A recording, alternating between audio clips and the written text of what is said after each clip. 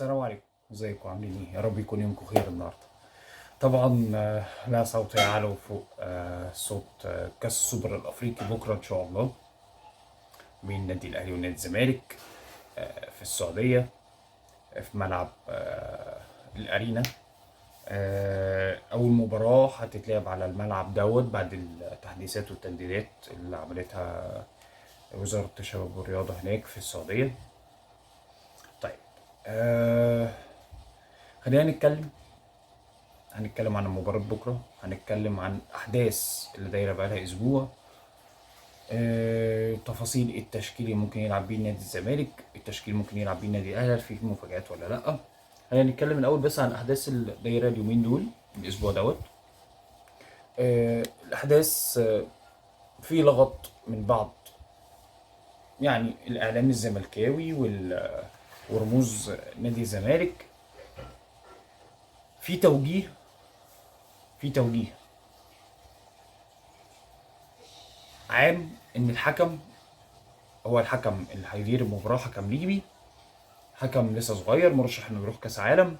الحكم دوت حكم نهائي الاهلي والوداد السنه اللي فاتت في بطوله افريقيا.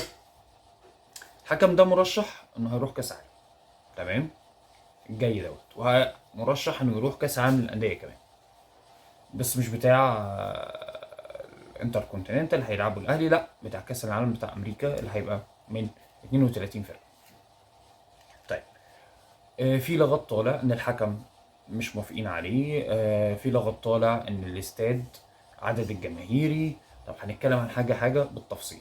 كل الكلام اللي داير عن الحكم ان الحكم مش كويس. طب انتوا يا جماعه هو حكم مباراه للزمالك؟ لا، ما حكمش مباراه للزمالك. طب انتوا عارفين منين ان هو ممكن يجي على الزمالك؟ تكهنات. ماذا لو؟ طب ما احنا لو في ماذا لو، ما ممكن يجي على الاهلي، ممكن يجي على الاهلي والزمالك يكون حكم سيء جدا، وممكن يبقى حكم كويس جدا. فالكلام اللي طالع وبالاخص من كابتن عفت نصار طلع بناء على ايه او على اساس ايه؟ هو هل من دلوقتي رموز الزمالك او بعض الاصوات اللي موجوده في الزمالك بتهيئ الشماعه لو الزمالك اتغلب المباراه؟ علامه استفهام. دي حاجه تانية طلع علينا برضو بعض رموز نادي الزمالك وبعض الصحفيين الزملكاويه، وبالاخص كان امبارح في برنامج اول امبارح في برنامج بريمو،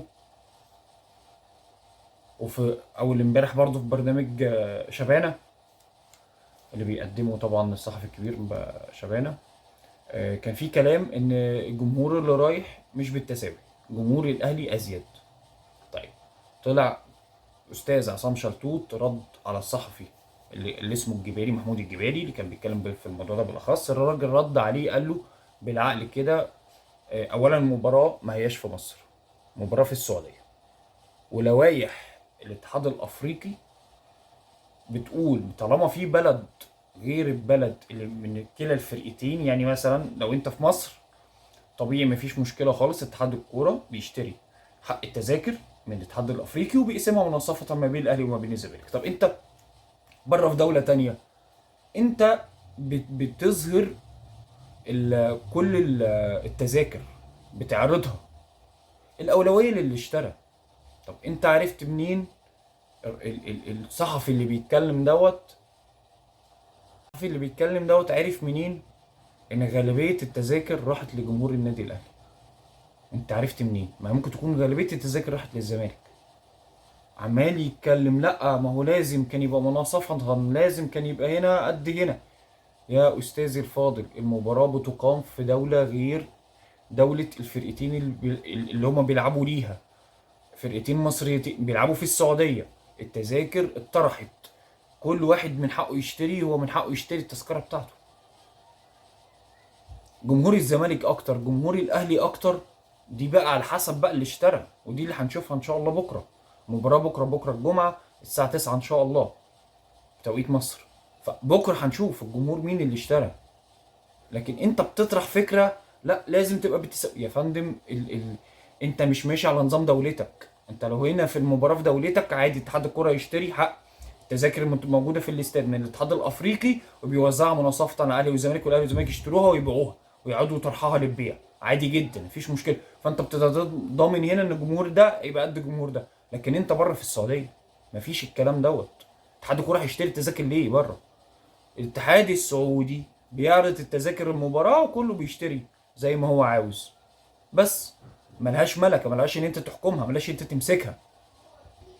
فيا ريت بس بعض الاصوات اللي بتتكلم من دلوقتي على بعض الشماعات ملهاش لازمه. ايه لازمه الشماعات دي؟ يا جماعه خلينا نتكلم، الزمالك هيلعب ازاي؟ الاهلي هيلعب ازاي؟ طب الزمالك ممكن يعمل ايه؟ ايه المفاجآت الزمالك ممكن يعملها؟ الاهلي ممكن يعمل ايه المفاجآت اللي ممكن يعملها؟ لكن برضو رضا عبد العال، كابتن رضا، طلع يتكلم ويقول تصريحات غريبه، يقول لك كل حاجه مع الاهلي. يعني ايه كل حاجه مع الاهلي؟ كابتن محمد فاروق بيقول له يعني ايه كل حاجه مع الاهلي؟ قال له الاستقرار مع الاهلي، المدير الفني مميز، اللعيبه مكسره الدنيا، السعوديه يعني السعوديه، يعني ايه السعوديه مع الاهلي؟ الاتحاد الافريقي مع الاهلي، الاتحاد الافريقي، يعني ايه اتحاد افريقي مع الاهلي؟ إيه الكلام ده؟ هو انتوا ليه بتثيروا البلبله؟ ليه يا جماعه بتولعوا الناس ليه؟ ده ماتش ان شاء الله يبقى ماتش حلو يليق بعملاقين كرة القدم العربية، الاهلي والزمالك، وماتش هيبقى قوي. طب ما ماتش القاضية اللي الاهلي كسبه 2-1 كان ما كانش فيه فوارق، الفرقتين كانوا في مستوى بعض وكانوا عاملين ماتش كويس جدا وماتش جامد جدا. لولا بس ان هي بالتوفيق خلصت للاهلي في اخر 4 5 دقايق في الدقيقة 85. ليه بنعلق شماعات لنادي الزمالك من دلوقتي؟ ليه؟ نادي الزمالك يا جماعة كبير، مش مستني انتوا تعلقوا له شماعات. ما وارد جدا ان نادي الزمالك يكسب، وارد جدا، دي كوره، وارد الاهلي يكسب، وارد الزمالك يكسب. ليه الصوت اللي طالع من نادي الزمالك بيعلقوا شماعات ليه؟ الاستاد مش هيبقى متساوي، الحكم مش هيبقى كويس، السعوديه واتحاد افريقيا مع هو في ايه؟ ليه الكلام طالع كده؟ تمام. فكل الكلام اللي طالع شماعات شماعات شماعات شماعات عشان الاهلي لو كسب الزمالك. ما هو ملوش منطق تاني غير كده. طب يا جماعه الزمالك لو كسب الاهلي ايه لازمه اللي انتوا بتقولوه ده كله؟ المباراه، خلينا نتكلم مباراه واقعيا، واقعيا 65 35 للاهلي. هتسالني تقول لي ليه؟ اقول لك عشان الاهلي فيه تيم اساسي وسكواد بنفس المستوى. نادي الزمالك بالجاهزيه، انا بتكلم على الجاهزيه، ما فيهوش 11 لعيب جاهز. الزمالك وهنتكلم في دوت دلوقتي ما فيهوش 11 لعيب جاهز. عنده 11 لعيب طبعا، عنده 11 لعيب، عنده دكه طبعا، لعيبه مميزه، لعيبه مميزه. انا بتكلم على الجاهزيه واستقرار في الاداء. ما عندوش 11 لعيب جاهزين. فانت بتتكلم واقعيا كده واحنا بنكتب ورقه وقلم، الاهلي 65، الزمالك 35. لكن مباريات الاهلي والزمالك عموما 50 50. الزمالك ممكن يبقى اعلى حاجه ويخسر المباراه عادي، الاهلي ممكن يبقى اعلى حاجه ويخسر المباراه عادي. ملهاش مقياس. ماتش القاضيه، ماتش نهائي القرن 2019، الاهلي الشوط الاولاني سيء 1-1 والزمالك احسن وفايق اكتر. الشوط الثاني الاهلي نزل كان احسن وخلص الماتش بالتوفيق. فملهاش مقياس. تمام تمام. تعالوا بقى نتكلم عن المباراه ونتكلم عن الفنيات اكتر، لان هو ده المهم بكره. طيب خلينا نتكلم عن الزمالك الاول بعد كده نتكلم عن الاهلي. هيخش الزمالك اخر مباراتين لعبهم في دور 32، كسب 1-0 وكسب 2-1 في استاد القاهره. كسب فريق اسمه بوليس وصعد خلاص لدور 16. طيب تشكيل الزمالك اللي لعب بيه المباراتين في حراسه المرمى، خليكم بس معايا كده نشوف التشكيله. صبحي في حراسه المرمى، شحاته بيلعب يمين، مسلوسي، الزناري قلبين دفاع، عمر جابر بيلعب شمال، دونجا بيلعب في نص الملعب، عبد الله السعيد وناصر ماهر تمانيتين، مصطفى شلبي بيلعب وينج شمال، زيزو وينج يمين، والجزيري مهاجم صريح. طيب ده التشكيل اللي لعب بيه اخر مباراتين لعبهم الزمالك في دور 32 وكسبوا. طيب مين الصفقات الجديده اللي دخلت على الفرقه؟ محمود بن تايك، محمد حمدي، كونراد بشلاك، سيدي نداي. تمام، ده المهاجم. تاني محمود بن تايك ده اللي هو اللي بيلعب الباك الشمال الراجل المغربي محمد حمدي ده جاي من انبي بيلعب باك شمال. كونراد ميشيل ده بيلعب برضو وينج شمال المفروض مكان مصطفى شلبي. وسيدي نضاي ده مهاجم صريح. طيب ادي 4 اسماء. الاربع اسماء دول مين منهم هيلعب او مين منهم لعب؟ الوحيد اللي ممكن يلعب هو محمد حمدي الباك الشمال. ولو في فرصه ان نشوف كونراد اللي بيلعب وينج شمال ممكن نشوفه في المباراه، لكن مش هيلعب اساسي. غير كده المهاجم نداي مش هيلعب. محمود بن طايق وكده كده قلنا ان الراجل اصلا مش مقتنع بيه، والسنه اللي جايها اللي هو هيلعب فيها مع نازك مش اصلا يعني مش هيشم فيها الملعب. فخلينا واحده واحده. اتكلمنا على التشكيل. طيب مين التشكيل الامثل لمباراه الاهلي؟ تعالى بقى بقول لك بقى ان في 11 لعيب مش جاهزين. هيلاعب صبحي اساسي. هيلاعب مين باك يمين؟ هل هيلاعب عمر جابر اللي هو اصلا الراجل بيلعب باك يمين، ولا هيلعب مكانه شحاته؟ واحده واحده. طب خلينا نقول عمر جابر. خليني انا اقول لك التشكيل المنطقي اللي انا شايفه للزمالك. هيلعب بعمر جابر يمين. هيلعب في النص في قلبين الدفاع اكيد مسلوسي وزناري، ولو ما كانش الزناري هيبقى حسام عبد المجيد، بس الاجهز بتتكلم في الزناري. تمام. هيلعب بمين على الشمال؟ وجهة نظري يلعب بمحمد حمدي الراجل اللي عامل معاه الصفقه الجديده اللي جاي من نادي انبي. ده اللي يلعب باك شمال. وجهة نظري لعبت عمر جابر باك يمين عدلته، ومحمود حمدي يلعب باك شمال عادي خلاص عدلته. وفي نص الملعب هو الراجل مقتنع جدا بدونجا، فمش هيلعب شحاته اساسي. هيلعب دونجا اساسي اوكي، وهيلعب عبد الله السعيد وناصر ماهر، وعندك مصطفى الشلبي على الشمال وزيزو على اليمين والجزيري قدام. ده الاوقع وده الاجهز، وده اللي انا شايفه ان هو ما يقدرش يجازف فيه ويلعب على المضمون بالطريقه دي. لكن جوزيه جوميز راجل متعود على مجازفات، راجل متعود على الغلطات، ولو ابتدى غلط يصلح، ولو ابتدى صح يبوظ. فانت توقع منه، انا متوقع منه بكره هيبتدي غلط. هيبتدي ايه غلط؟ هيلعب شحات على اليمين، هيجيب عمر جابر اليمين يحطه شمال، وهيلعب بالزناري وبالمسلوسي، وبقيه اللعيبه هتتحط عادي خالص اللي هو دونجا وعبد الله السعيد وناصر ومصطفى شلبي وزيزو والجزيري. ده توقعي، هو هيلعب بالطريقه دي ومش هينزل حد من الصفقات الجديده نهائي، غير اللهم الا احتمال مصطفى شلبي لو تعب ولا حاجه يقوم ينزل مكانه من الصفقات الجديده اسمه كونراد دوت. مش كونراد مش ليك، اسامي غريبه بس نشوفها في الملعب يا ريت بس يكون، لان في كلام بيقال ان الراجل ده سريع جدا جدا.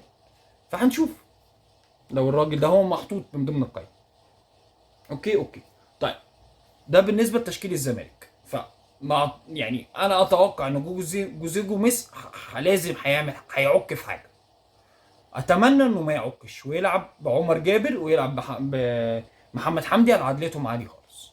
ده بالنسبه للزمالك. طب بالنسبه للاهلي، الاهلي اخر مباراه ليه او اخر مباراتين ليه هو الشناوي منطقي، رامي ربيعه، ياسر ابراهيم، على اليمين هاني، على الشمال يحيى عطية الله، نص الملعب مروان عطية، إمام عاشور، أكرم توفيق، شمال حسين الشحات، بيرسي تاو، ووسام. منطقية، ده التشكيل المنطقي. وعندك بره في الأوراق بتاعتك البديلة اللي تقدر تغير بيها المباراة، إذا كان بقى كهربا، إذا كان بقى عمرو السولية، إذا كان بقى كوكا، إذا كان طاهر، إذا كان رضا سليم وهكذا. فدكه زيها زي الاساسيين. طيب الاهلي هيلعب ازاي؟ احنا قلنا التشكيلين، وده التشكيل الاوقع لكولر، وهو هيلعب بالشكل ده، هو الراجل مش هيفتي. اللعب هيبقى ازاي؟ انا متوقع الاهلي هيضغط الزمالك من ال 18 زي ما شفنا في الفتره الاخيره. الاهلي بيضغط ازاي على الفرق اللي بيقابلها وبيلعبها. هيضغط على ال 18، مش هيستقبل الكره من تحت، لا بل بالعكس هيغلط فرقه الزمالك. هيستنى ان الزمالك يغلط. هيبقى فيه طريقه لعب الاهلي من خلال طريقتين، انه يغلط فريق الزمالك من ناحيه الضغط، وانه يلعب على الهجمه المدروسه او الهجمه اللي جايه من تحت لفوق، والسروهات بتاعت رامي ربيعه اللي بيضرب بيها خط الظهر اللي بيلعبها من نص الملعب. دي طريقه لعب الاهلي في الفتره الاخيره. وسرعات يحيى عطية الله. خلي بالك من دي، يحيى عطية الله هيخش ويضم في دفاعات الزمالك. دي طريقة لعب النادي الاهلي. طب طريقة لعب الزمالك، اتوقع تجميع لعب عبد الله السعيد زيزو، ويحاول يخلص على قد ما يقدر، اذا كان بقى عرضيات، اذا كان بقى كور ثابته، لان الزمالك بيتميز فيها زي ما الاهلي ما يتميز فيها. هتبقى دي طريقه لعب الزمالك. لكن ان الزمالك يضغط الاهلي من ال 18 بتاعه مش هتحصل. الزمالك هيحاول يهدى في اول 10 دقايق، بعد اول 10 دقايق يمسك الكوره، يبتدي يمسك لعب ويحضر وينقل فرقته لقدام. هتبقى بقى عن طريق كور العرضيه او كور ثابته او شوطات زيزو هو وعبد الله السعيد من بره ال 18. ده اللي انا شايفه من الاهلي وده اللي انا شايفه من الزمالك. في الاول وفي الاخر هي تكهنات، توقعات. نتيجه المباراه صعب اللي انت تقولها، لان اولا ده مش في دوري، مش ماتش في دوري، لا ده انت بتلعب على لقب افريقي، السوبر الافريقي، فحاجه مش سهله. كل فرقه بتموت على الكوره، كل فرقه عندها روح، كل فرقه عندها فرص ان هي تكسب المباراه وتكسب البطوله. في الاول وفي الاخر عايزين نشوف ماتش حلو ما بين الاهلي والزمالك، عايزين نشوف جمهورين مفيش غلط، جمهورين ملتزمين، كل جمهور بيشجع فرقته. يا ريت ما نشوفش من بعض اللعيبه الحاجات اللي بنشوفها كل مره، الاستفزازات للجمهور اذا كان من هنا او من هنا. يا ريت ما نشوفش ده خالص، لان كل حاجه هتبقى واضحه بكره. اللي هيستفز الجمهور هيبقى متشاف، فما فيهاش نقاش، وحصلت كتير، فخلاص ما بقاش فيه اعذار. فيا ريت نطلع بشكل مشرف، نطلع بشكل اللي يكسب نقول له مبروك، اللي هيخسر هنقول له هارد لك، وتكون المباراه بكره ان شاء الله تليق بسمعه الكره المصريه. انت بتتكلم، دي ما بتحصلش، ما حصلتش غير مرتين على مدار التاريخ، ان الاهلي والزمالك يقابلوا بعض في كاس السوبر الافريقي. حصل في سنه 97 على ما اتذكر او 96 بجون هدف ايمن منصور اللي كسب بيه الاهلي خد بيه الزمالك كاس السوبر، وحصلت السنه دي. فدي ما بتحصلش كتير. فيا ريت نشوف اداء، نشوف فرقتين كبار، نشوف تشجيع جماهيري مميز. طبعا الاخراج والمشاهده هتبقى زي ما بقول كده كابتن مدحت، مفيش احلى من كده.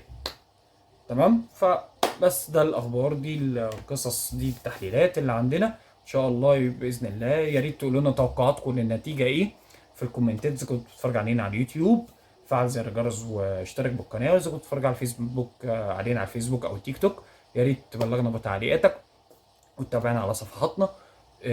نتيجه المباراه بكره هتبقى كام؟ السلام عليكم.